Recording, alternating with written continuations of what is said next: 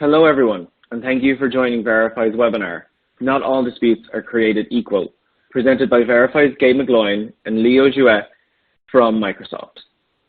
We all have the same goal of minimizing disputes, but how are sellers managing, reporting on, and analyzing them? Usually, sellers have to dig into their analytics platform to gain greater insights about why their customers are disputing. But how can you minimize the risk, reduce disputes, and improve the customer experience? Today, Gabe and Leo will explore Visa reason codes, global dispute trends, and give insight into how a leading consumer brand, Microsoft, is tackling disputes. We'll hold a Q&A session at the end of the webinar. You'll see a module on the right of your screen, so please add your questions there, and we'll get to them after the presentation. Over to you, Gabe. Thanks, Peter. As Peter said, this is Gabe McGloin. Hi, everybody. I'm responsible for Verifi's international seller and partner business. Great to be doing another session, and even better to be doing another session with my partner in crime, Leo Jouet. Leo, thanks again for joining us today. Hey, thanks, Gabe. Hey, everyone, this is Leo from Microsoft. Been working in e-commerce anti-fraud and dispute management for the last 15 years. Now in Microsoft, my team is responsible for anti-fraud and dispute management platform, enabling Microsoft to make real-time risk decisions to weed out the fraudster before each purchase and effectively manage the disputes when it's coming back to Microsoft with the goal of reducing chargeback and improve customer experiences. So Leo, a few months back, we talked about pre-dispute. We'll touch on that again today. We got a lot of great feedback. Pre-dispute is still such a new concept to the entire industry, but I love what we're doing here today. I love the fact that we're going back to look at disputes, because I think it's so important to understand disputes before you think about how pre-dispute might work. And I really love the title of this session today, Not All Disputes Are Created Equal. I think everybody on here, be they a seller or partner, a solution partner to sellers, we know that disputes are not created equal. We know that there are dispute reason categories. We know that there are dispute reason codes. We're going to look at those today. But even on top of that, there's also interpretation. This could be interpretation on the part of the cardholder or the issuer. The true root cause of the dispute might not be articulated or understood.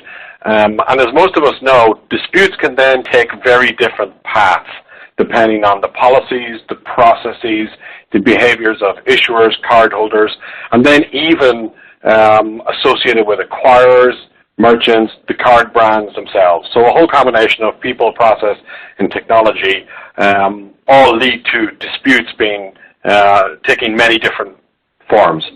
So as Leo mentioned, we think the best path for our sellers or merchants is really to dig into your disputes, really understand your disputes and all the variables and the characteristics associated with them.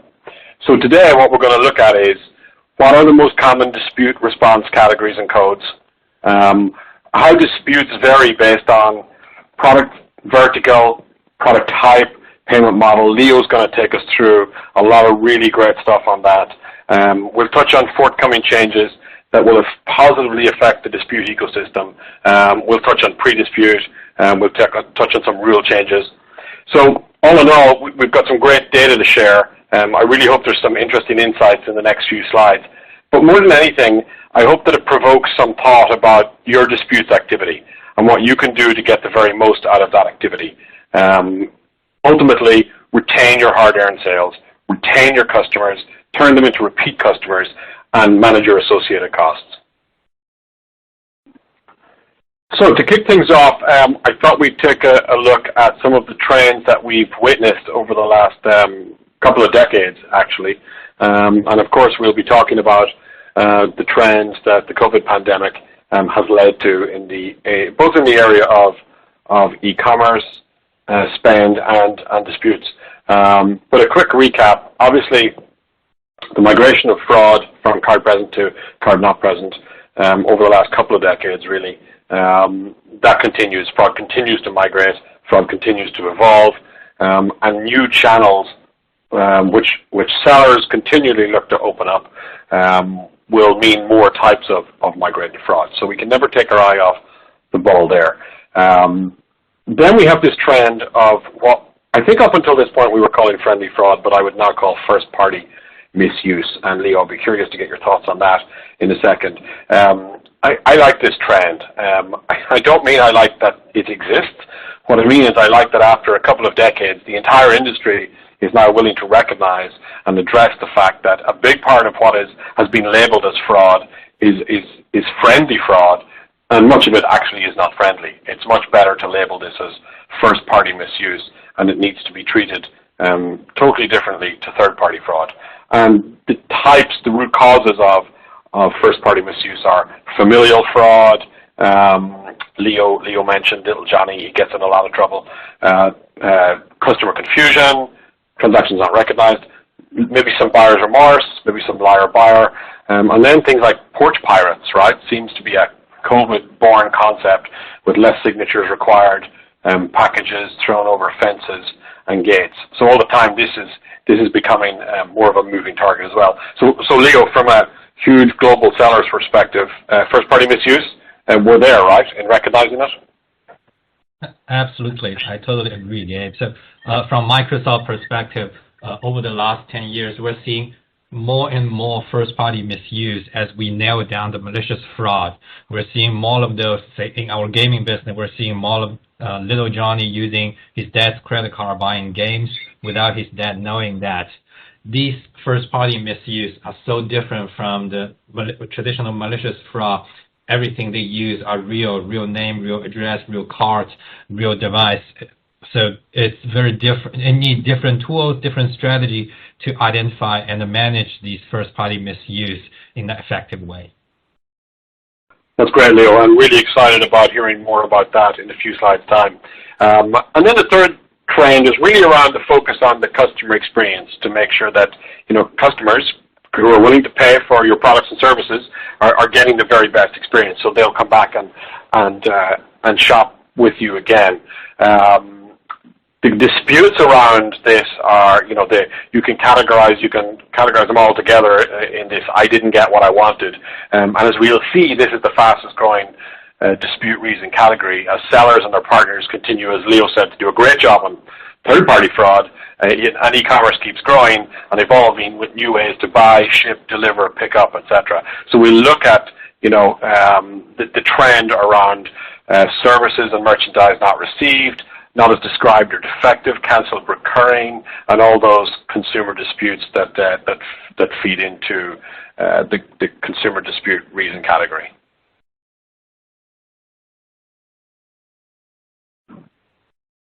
So disputes present themselves differently depending on various factors. These include verticals, what lines of business the seller, lines of business the sellers are in, the types of product that the sellers are selling, and the payment models that are deployed for the sellers to get paid. These are three concepts that Leo will really bring to life for us later on in this webinar. Microsoft obviously is a very global, multi-product, multi-vertical, multi-payment method merchant, so I can't think of many better than Microsoft to bring this to life. We'll go deeper into that with Leo, but one thing to consider, I used this slide title to emphasize a very important point. What I and Leo will show and talk about today is a good example of why the cookie cutter approach doesn't work. When you see the data and analysis by dispute reason code, by country or by region, by month, by issuer, you might say, well, that doesn't represent my business. And that really is the point. But what we are trying to impress upon sellers is to go and know your disputes business to the nth degree. You should know that your UK business has a higher dispute ratio than your Brazilian business, and hopefully you know or you can find out why that is, or why the issuer everyone seems to love causes problems for you. So again, what we're trying to do here is just provoke some thought about the different ways you can look at your business and slice and dice it. And that's either your existing business or your future business as you think about moving into more markets, expanding your product offering, expanding your payment models, etc. It's really just to be ready to know then, to understand what are the variables that are causing things to happen when it comes to disputes, and what can you do about them. So it's time for a little data and analysis. We really felt this webinar gave us a great opportunity to look at some data at a Visa level, at a Visa global level, and then do some drill downs into things like regions, looking at the trend over the past 24 months, which is what this graph is showing. And obviously over the past 24 months, we're really talking about the period pre-COVID pandemic, throughout the height of COVID pandemic, and now as we start to kind of go into a different phase, which is, I suppose, the vaccine and living with COVID era. And there was the COVID had a huge impact on how we lived our lives, obviously, and how we consumed and bought products and services, etc. And we're going to see some of that bear out here. So this first trend we're looking at is the distribution of disputes by reason code over time. So again, this is the global Visa trend from March 2019 through to March 2021. Ordinarily, you would not expect much movement among the dispute reason categories. So the dispute reason categories are the 10 dot category reason codes, which are fraud, 11 authorization, 12 processing, and 13 consumer. And we can see that fraud always makes up 70 to 80% of all disputes across most merchants. It changes from merchant to merchant, obviously. If you're a subscription merchant, you're going to have a lot more cancelled recurring sitting in 13 than you are if you're not a subscription merchant. So the right-hand side, as I said, shows the dispute reason categories, and you can see that fraud and consumer together are 97, 98% of all.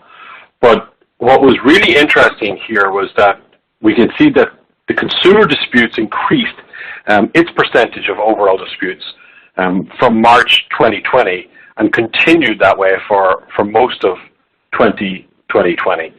But the value-based dispute rate, so the red line is the consumer dispute rate based on volume of disputes, and the broken red line is the dispute ratio based on the value of disputes, and then the blue lines are the corresponding for fraud. The top line being fraud dispute ratio based on the volume of disputes, and the broken blue line is the volume of fraud based on the value of disputes.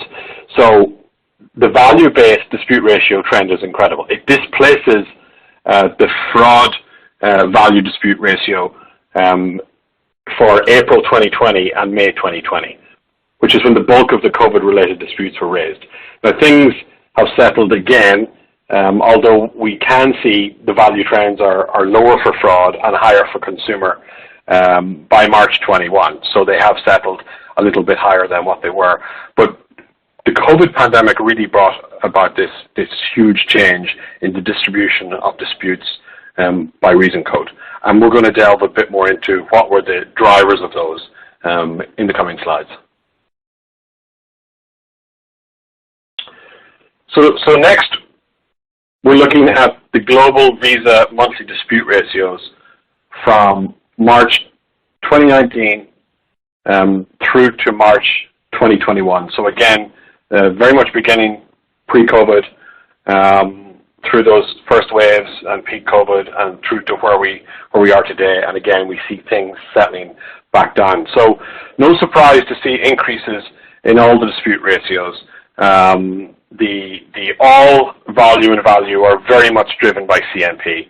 So this breaks out, this shows dispute ratios, volume and value for all Visa spend, which is the blue line at the bottom, and the value of that spend, which is the red line. But really our focus then is the CNP volume and the CNP value. And it's really the CNP, the card not present activity through that period, which is dominating as more disputes were raised for higher ticket items such as airline and travel services, and we'll see more of that sector-based analysis shortly. We'll explore the seller verticals, and we'll explore the dispute ratios by vertical, even by region. We know that these trends were very much caused by changes in consumer spending behavior as a result of COVID. But the question is, what can we learn from them? So let's take a closer and deeper look at the impact of the COVID pandemic on global CNP disputes. I've used two different time periods here to hopefully bring this to life for you. I'll draw your attention to the bottom of the slide first of all. The latest data we had and were able to report at this point is through March 2021. So if we compare March 2021 to the same month in 2020, CNP transactions grew 39%. CNP disputes grew 22%. So transactions and sales outgrew disputes significantly. And of course, we know a lot of that was down to movement in channel spend from card present to card not present. So from July 2019 to July 2020, CNP as a percentage of total card spend grew from 30% to 38%. Sales grew from 48% to 55%. So that's the percentage of all spend that is CNP. So a huge movement in volume of transactions, 30 to 38%, sales value 48 to 55%. And that really then brings us to the second data set, which we've used to compare July 2019 and July 2020, and the dispute ratios and the refund ratios by volume and value. This is why we only see a very modest increase of 1 basis point in the dispute ratio, because there was lots more disputes. In fact, the dispute volume increased 33% in that period, but the overall dispute ratio only went up one basis point. Correspondingly, the dispute ratio based on value of disputes grew from 23 to 28, so a bigger jump than the volume jump. But the sales value, the disputes value through that period grew 43%. So overall it's for most merchants in e-commerce and CNP, this is a great news story. You know, lots more sales, more disputes, yes, but lots more sales through that period. So we've looked at dispute reason categories at a global level and the trend of those over the last couple of years, pre and during COVID. And we've looked at that COVID impact at a global level on dispute ratios, both volume and value. Time for a quick look at regions, you know, and the fact that regions behave differently, and it's very important to be aware of, you know, why they do that as much as we possibly can. Leo, you know, again, Microsoft, a huge merchant, selling lots of products all over the world, will have some really interesting things to share with us on this. But I thought it would be a good chance to just look at the dispute ratios by region and a couple of observations. So, you know, first off, Asia Pacific at 6 basis points, you know, leads the way. One of the reasons for that, I do know I see a lot less of some of the higher chargeback ratio verticals in that region, a lot less 5968 business. It seems to be that there's not as much indigenous digital subscription content being sold in that market versus the US and Europe as well. Europe lower than the US, and I think one of the reasons for that, you know, fraud migrated from card present to card not present starting 20 years ago with EMV rollout. So I think Europe's always been a little ahead in that respect because they were forced into it by the introduction of EMV quite some time back now. Canada the same. Latin America, people don't realize that Latin America is almost as big a dispute market as Europe is. Different products and services being sold, but very similar dispute volumes. Lower ticket items for sure, but that's something that really needs to be considered if you're there or you're thinking about expanding to Latin America. And I know Leo is going to talk about some of the challenges that they face in that region. As we reviewed this data, we saw some additional interesting regional differences. As we know that the CMP growth probably through COVID by now is probably heading for 50%. In sales transactions, 30% growth in disputes. The US mirrors the global average, thereabout, drives a lot of it. Europe is actually down 12% in dispute volume and value as we exit COVID from where it was prior to COVID. Latin America is 60% up on CMP dispute volume, but of course it's 148% up on CMP transaction volume. But again, a lot more delving into these regions and countries, and then of course issuers, as I mentioned, which we'll look at shortly, and behaving differently. But certainly to be aware that you're going to have different dispute ratios in these regions for a multitude of reasons, and your job is to understand why that is and what you can do then to bring these to as close to good as you can get them.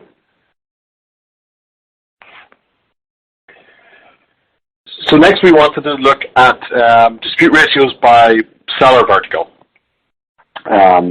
So two things on this slide, quite a busy slide, but hopefully we can convey the right messages. The icons on the left show a snapshot of dispute volume and value for a period. The period is actually January to March 2021 for a select few seller verticals. So vehicle rental, 50 basis point volume, 181 basis points value. Travel services and airlines, 40.69. Retail goods and services, 19.35, and lodging. And that's just a selection of those. Just so we can kind of see and think about, these sellers in this period, which is, as I said, January to March 2021, and where those dispute ratios were at that time. Granted, there will have been some improvement in those ratios since then. The right-hand side shows the dispute ratio value trend from July 2019 to July 2020. And what we've done is we've selected the verticals by region. So we've cut this data by seller vertical and by seller region. And we focus on those where the ratio increase is more than 200%.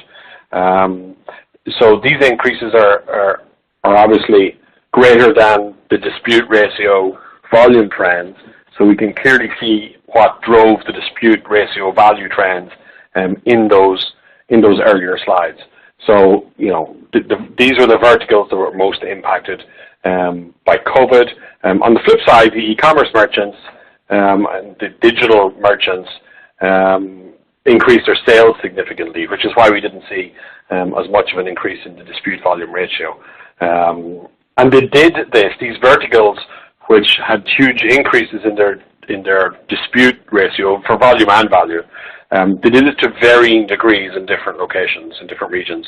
So the US and the European airlines and travel services merchants seem to have had a better handle than their Canadian counterparts, whereas Asia Pacific seemed to manage much better. We're unable to share the July 21 data at this point, but rest assured things have settled down, and maybe on the next webinar we can look at more of a post-COVID or current COVID era comparison to see how much things have settled. So we've looked at dispute reason categories, we've looked at seller verticals, we've looked at regions, and as promised, that just leaves issuers. and the role that they play in driving different dispute outcomes as experienced by you, the sellers. So this is a global issuer snapshot. Unfortunately, or fortunately, we can't name individual issuers, but as I said a few slides back, we don't need to do that. That's for the sellers to do themselves, to dig in and find out how issuer A compares to issuer B and try and understand, why that should be the case, and use that information and intelligence to make the best business decisions and affect change. So that might mean prioritizing representments, etc.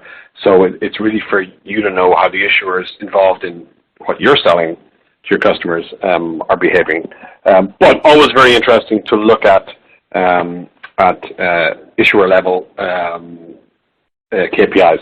So this data is a sample of the largest issuers in these regions, and I mean that these are the largest issuers in each of these three regions, and so very, very representative. But of course, we're looking at the averages across the cohorts of issuers in each of the three regions. So what I focused on here is the dispute ratio based on volume, the percentage of fraud disputes of total disputes, the percentage of consumer disputes of total disputes, and then a post-representment KPI, which looks at the pre-arbitration activity for both collaboration and allocation,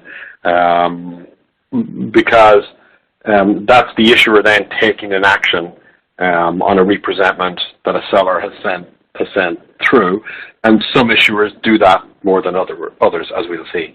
So for North America, the average dispute ratio for this group of issuers was 10 basis points, but the range, so what I'm going to do for each of these is I'm going to tell you what the range is, so you can then see that the range is quite significant for some of these KPIs.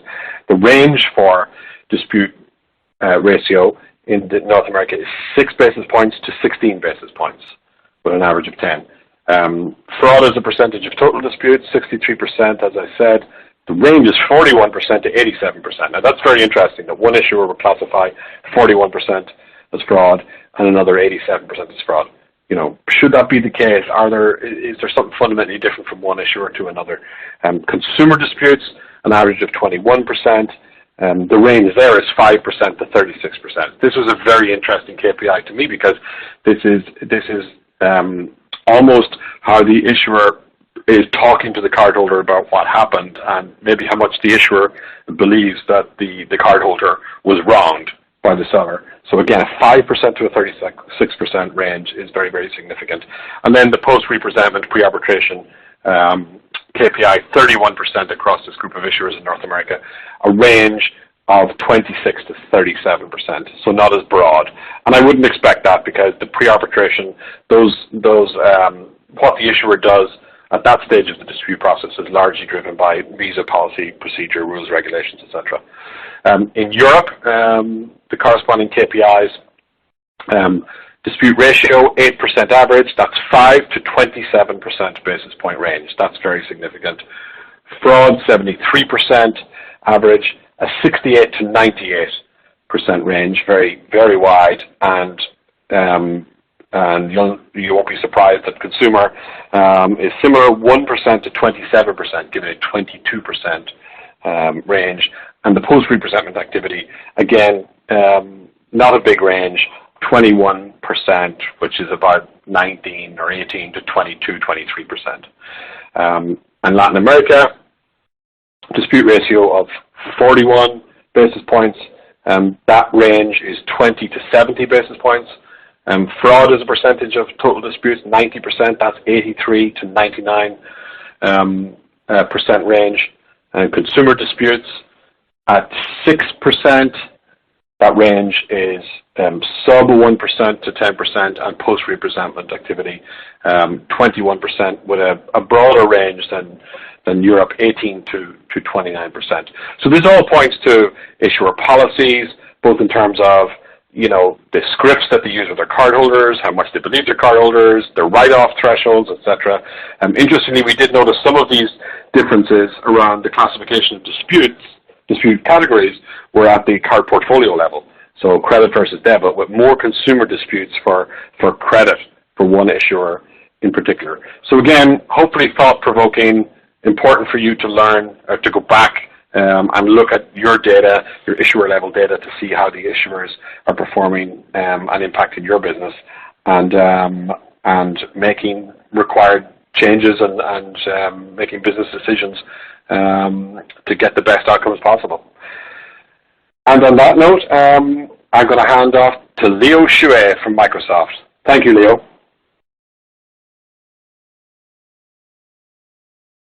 Thanks, Gabe, for sharing Visa's perspective on chargebacks. Now let's take a look at, in Microsoft's eyes, how do we deal with chargebacks and manage them effectively. As a global merchant, Microsoft has a variety of digital goods offering. It covers different business units such as Office, Xbox, Microsoft Ads, Dynamics 365, Bing, and Microsoft Azure. It has different customer segments like consumer customer and commercial customers. They also offer different payment models like one-time purchase and recurring subscriptions. Out of so many different digital goods offering, of course, we receive disputes for very different reasons. For example, on the fraud side, we receive stolen credit card a lot in Office, in Xbox worlds. We receive first-party misuse a lot in Xbox, where little Johnny using his dad's credit card buying games, but his dad is not aware of that. We also see a lot of service abuse in Office and Azure. That's on the fraud side. On the non-fraud side, we also see, hey, unhappy customers don't like the service they bought, or there's billing issues, so duplicate billing, etc., that cause the customer to file chargebacks. All these chargebacks have different reasons. We have to deal with them differently. Let's first take a look at the high-level process, how Microsoft reduce chargebacks. When a customer comes in and trying to click buy, want to get a game, for example, first we do a pre-purchase risk check here. We look at all the properties of these customers like IP address, device, past history, credit card, etc. Trying to weed out the fraudster here. Because the easiest way to prevent a chargeback, to reduce chargeback, is prevent it from happening. This is the place that we weed out most of the fraud into our system. Then once the customer passed this initial risk check and got products happily, we didn't stop here.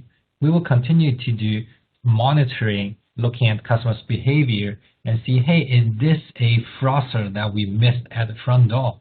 And if we do identify those missed fraud, we will issue proactive refund to avoid a chargeback. After that, we also leverage Visa's product like VMPI and other insights to do real-time dispute prevention.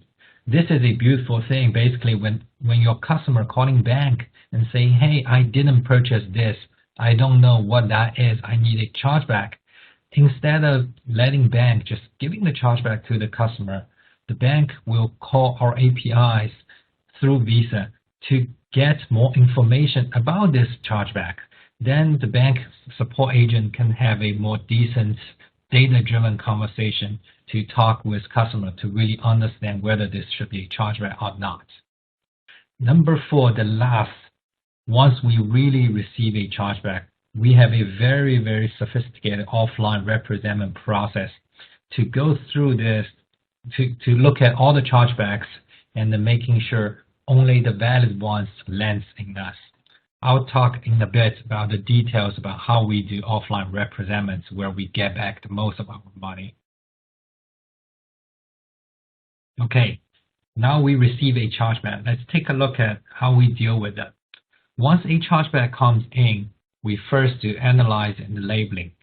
As I mentioned earlier, we have so many different digital goods offering and so many different reasons. We first need to understand what is the reason for the chargeback and what are the information we have about it. Then once we understand that, we send out communication email to the customer, telling them, say, hey, we received your chargeback, what's the implication, how to avoid that. And there are a lot of different templates we use. For example, in LATAM, we will send out in local language, and because our analysis shows that, hey, local language in LATAM definitely gets better feedback, and the more likelihood that customer will read and respond to it. Once we send out communication email, we start to look at all the chargebacks and using our machine learning models and business rules to select which chargebacks we believe we should represent. Once we make the decision, hey, these are the chargebacks we want to represent, we have another process to automatically generate the represent evidence. Things like say, hey, you have been playing the game for 5 hours every day for the last week, but you claim you didn't purchase the game. That would be a very powerful evidence to show to the bank, say, hey, the merchant should win the chargebacks. So now that we have all the evidence generated, half of those we automatically send it out, and the remaining half, we have a dedicated team to review these evidence, making sure things we include are still relevant and powerful. After the human review, all the evidence are on its way to the providers and to the bank. Once we receive the final decision from bank, then we will take further actions. If we win, everything's good, customer keep the products. If we lose, then we will clean up the customer's accounts. We'll do things like revoke the content, disable account, and reverse revenue. Overall, you can see we have a pretty sophisticated process to deal with different type of chargebacks in a mostly automated way to get the biggest win out of the representment process. With the proven good chargeback reduction strategy and the sophisticated chargeback representment process, I would say right now Microsoft is in a pretty good shape regarding chargebacks. Our overall chargeback rate is pretty low, although the dollar value is still high. We have fully automated representment evidence generation to save the effort and provide consistent evidence. And we have a team of experienced manual reviewer just focus on chargeback review and making sure the evidence we're sending out are great. Now you will say, hey Microsoft, you have been doing so well on chargebacks. What else you want to do better? Yes, here are the 3 things in my mind that we need to do better around chargebacks. First, avoid excessive chargeback programs. Despite that we have a powerful real-time risk engine to make accurate decisions, we will still see here and there smaller segments that we get into excessive chargeback programs. One thing to note is, even if you represent and win a chargeback, that chargeback will still be counted in the excessive chargeback programs, which means even our sophisticated representment process won't help me get out of these programs. I need other tools to help me reach this goal here. Second, I want to reduce chargeback fees and operational costs. As I mentioned earlier, even if you win a chargeback, you still need to pay the original chargeback fees. Also, operate a representment process definitely costs you money. I need a way to both reduce chargeback fees and operational costs. Last but definitely not least, I want to boost customer experience.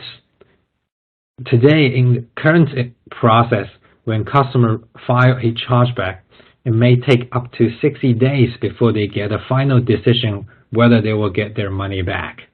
That's definitely not experience I want my customer to have. They deserve much better. I want tools to help me boost customer experiences. Then how do we reach these aggressive goals? Looking at this multi-layered chargeback reduction strategy, we're going to invest to do more and to do better in real-time dispute prevention. Remember, real-time dispute prevention basically is the cardholder calling their bank, say, I want a chargeback, but the support agent in the bank can pull data from Microsoft about this transaction to engage in a meaningful data-driven conversation with the customer, hopefully convince customer to stop the chargeback process. The beauty of this whole thing is it's a prevention. When we do this well, the chargeback never happens. That's beautifully solved all the problems I have. First, customer experience. Instead of wait for up to 60 days to get a final decision, customer gets clarity right there in real time. That's so much better than waiting for 60 days to understand why this chargeback happens.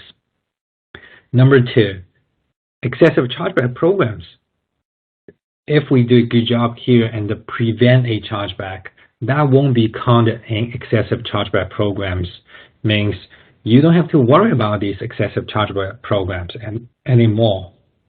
Number three, costs, operational costs, and the fees. Again, the beauty of prevention is chargeback never happens. You don't need to pay a fee here. Also, the whole data pooling is automated through API calls. You don't need to have an operational team to manage that. So you save on the chargeback fees and operational costs. That's why we really want to invest more in those real-time dispute prevention to help us to get even better in the chargeback management world. One of the tools I use for real-time dispute prevention is Visa's VMPI Order Insights. We started our collaboration about 2 years ago. And when we first go live, I receive about 10% of Visa chargebacks, I will receive an inquiry. Means for 10% of Visa chargeback, I have an opportunity to send back more data to bank and hope the chargeback to be prevented. Over the last 2 years, I have invested a lot to make my engineering system better to respond more accurate, complete data. And the Visa has also did a lot of work with their issuer to make sure more and more issuers adopt this real-time disputes prevention program. As of right now, I can see 90% of all the Visa chargebacks, I will receive inquiries. Means for 90% of all the Visa chargebacks, I have an opportunity to provide more data to prevent this chargeback from happening. This is awesome. This has enough volume to see big business benefits here. One of the key things I want to call out is different markets, they have different adoption rates. One of the key regions I still see growth needed is LATAM. I know Visa has been working hard there to get more issuers there to support this program. I'm confident we'll see more issuers and support this pretty soon, and the coverage of chargebacks will go high too. Overall, I feel the investments here is definitely worthwhile. Today, a meaningful percentage of Microsoft's chargebacks are prevented through the real-time dispute prevention.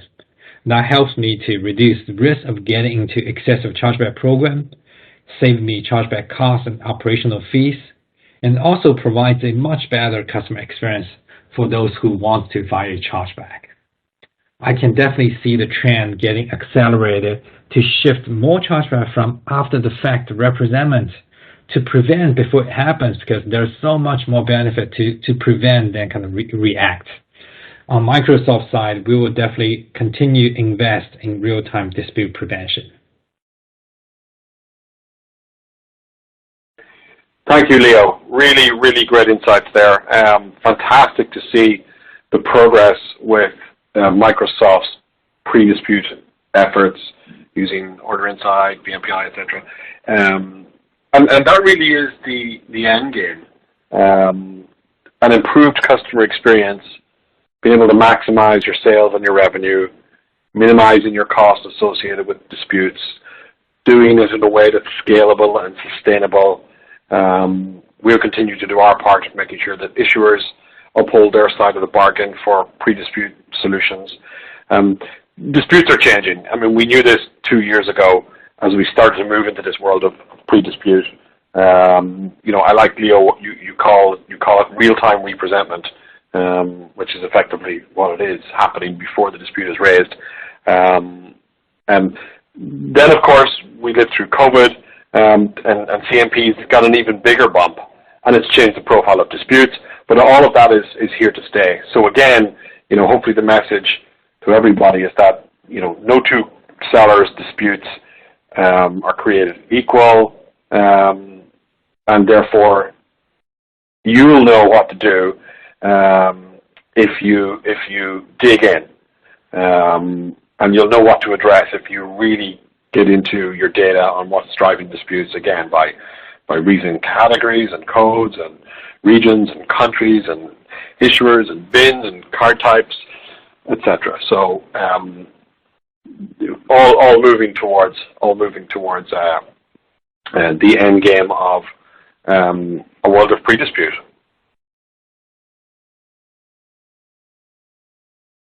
And just to bring that pre-dispute concept to life, this is the dispute lifecycle, starting when you capture an authorization for the first time.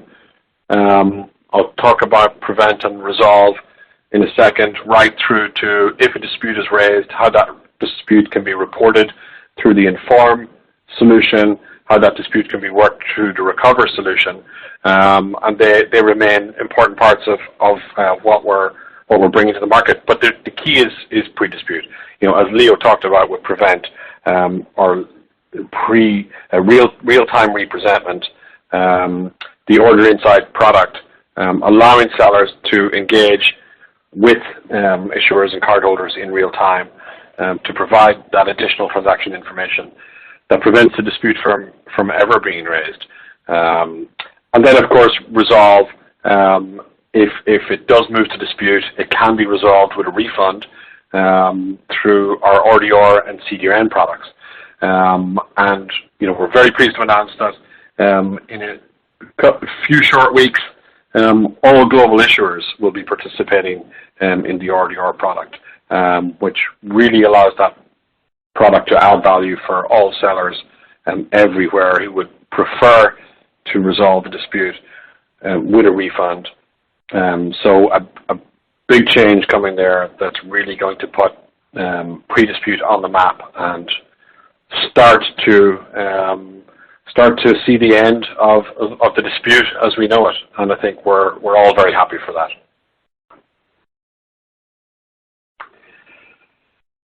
So thanks to everybody for participating, for listening in, for your questions. Leo, a huge thanks to you. Some fascinating insights. We've talked before about how we really feel that Microsoft does such a great service to the industry in sharing the level of data and analysis and thought leadership that you do. I think it helps everybody, and everybody is focused on the same objectives in this respect, right? Disputes, fraud, etc. So a huge thanks to you, Leo. Maybe we'll do one again soon. Yeah, and thanks, Gabe, for the partnership here and for providing a great product so that merchants have more tools to deal with different types of disputes effectively. Our pleasure. Thanks again, everybody. Peter, I'll hand back to you. Thanks, Gabe. And again, thanks, Leo, for your insights today. We're going to open up our Q&A section now. We've had a few come through already, but please continue to send them through and we'll get to them. Let's just jump straight in.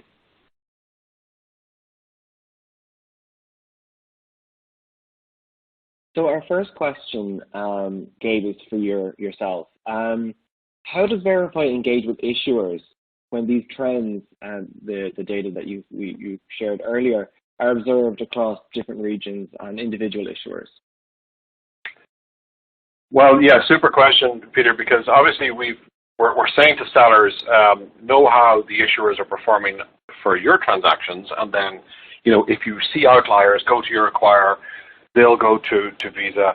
But we're doing the same at an aggregated level, and then, as we spot outliers, we'll go and work with the Visa issuing teams to see has something changed in the process or their policy, etc. So very, very important with Order Insight and RDR that we're looking at issuer by issuer and really crunching that data to see that they're raising inquiries at a similar rate, they're deflecting disputes at a similar rate. So yeah, we will absolutely, that's our commitment. Remember, these issuers have signed up to use pre-dispute products. They want it to work too because there's value for them. Thanks, Gabe. And just a very quick follow-up on that. So we looked at data from 2019 and 2020. Do we have insight into the 2021 figures and what the scene is like this year?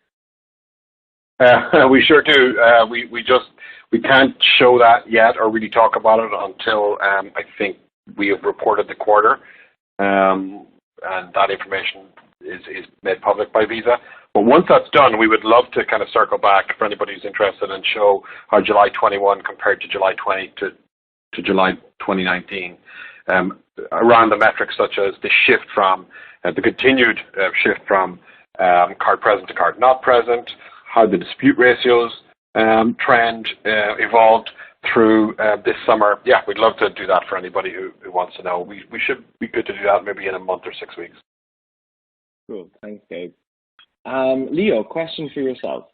How does Microsoft specifically deal with first-party misuse? An add-on question to that is, do you find that representment is effective for you in those cases? Great question.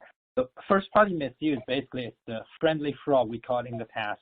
To us, because we have a pretty big gaming business on Xbox, so we see a lot of those.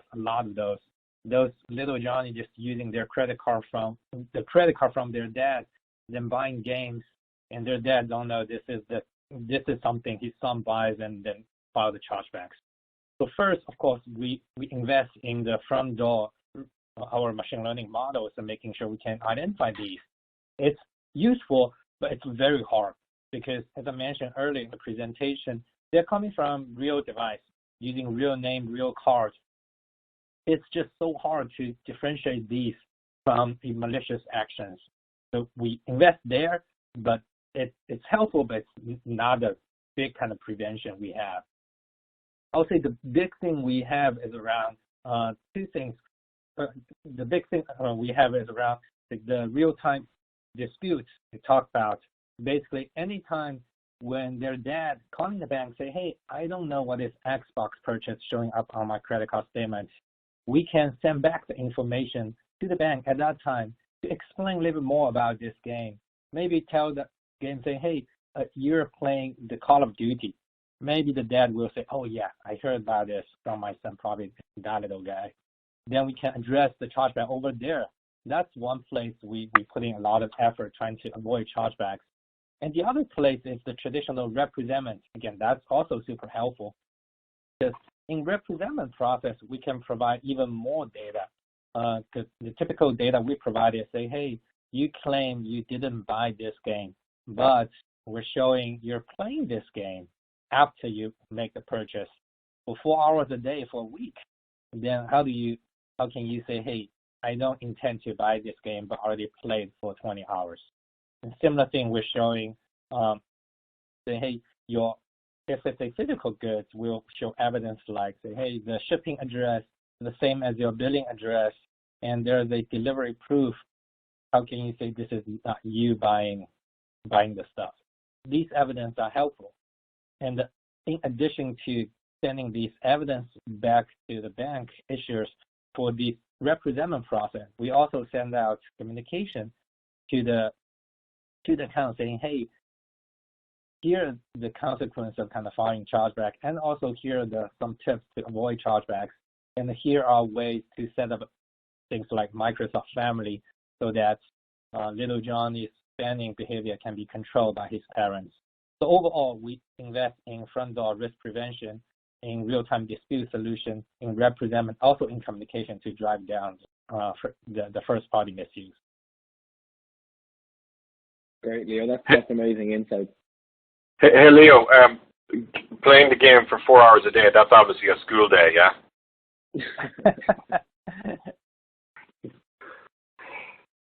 Gabe, I have a couple of product-specific questions for you here. First one is around Order Insight. OI sounds great, but is OI the only thing that Visa is doing to address first-party misuse?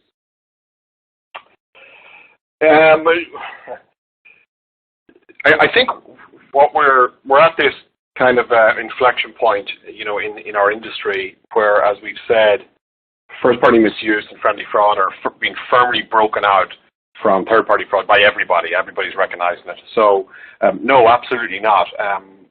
Order Insight is there now to be used to separate the first-party misuse from what may be third-party fraud. But Visa is continually looking at how can we learn from this? Now that we're getting this masses of data and we're seeing what are the data elements that are working, as Leo said, data is the key here. Visa will continue to look at what is the data that proves, right, empirically that this is first-party misuse, and then fold that into its rules. So Visa is looking at this, and I know there's changes planned around how that data can then fold into rules. And just to emphasize the point, Peter, just yesterday, Visa announced dispute rules were updated for fraud type C and D. That was just yesterday. So all the time, Visa is looking at how can we, now that we've defined what the problem is, we've launched a couple of tools in the pre-dispute space. Now let's learn from this and fold that into rules and regulations, because we know that at least for, as we reach critical mass with issuers, Order Insight, maybe they don't try it. It won't work all of the time. Maybe the issuer is kind of not doing what they should be doing. The point is, disputes will slip through the cracks. Merchants will need to still defend those chargebacks and still need to represent, and then they'll be bringing more of that same information to light to the issuer, and the issuer will say, "Oh, okay, I probably should have picked up on that first time." So there'll be a lot of learnings, and as I said, Visa will continue to iterate and evolve the rules around that. Great, Gabe. Thank you. Specifically, there's a question here about preventing chargebacks up front. So this particular person is using OR and OR. But are there any other products or options that would allow this person to stop the chargeback before it happens? So it's related to OI, yeah. Order Insight. Order Insight, absolutely. A nice good short answer there. Yeah, Order Insight and VMPI, basically, it's the thing we have been talking about in this presentation, where when customer calling bank will make an API call to Visa, then to the merchant, you can provide more information there to help the support agent in bank to engage in meaningful and the data-backed conversation with the cardholder. Yeah, and I love your term, your real-time representment. And obviously represented, the dispute hasn't been raised by that point, but the emphasis there is real-time, Leo, right? As it's happening, as the cardholder is engaging with the issuer, either on the phone or the mobile banking app, the merchant's able to come into the conversation. Yep. Leo and Gabe, thank you so much for your time today. I think we've got to the end of our questions, but if anyone has anything in the last minute or so, please do send it through. You'll see on your screen today there's a module on the right-hand side to register for the next webinar in our series. With the upcoming activation of Visa issuers globally for rapid dispute resolution, we're really going to see the true benefit of coverage from hundreds of countries. You can register now for a webinar on November 16th, which will go through the benefits that pre-dispute resolution can bring to your business today. I'd like to thank everybody for their participation today, especially Gabe and Leo. I would like to thank everybody for joining.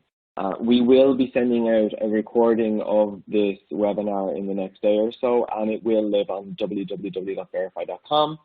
As always, we are here to help you. If you have any other questions, please reach out to anybody that you know at Verifi or contact info@verifi.com.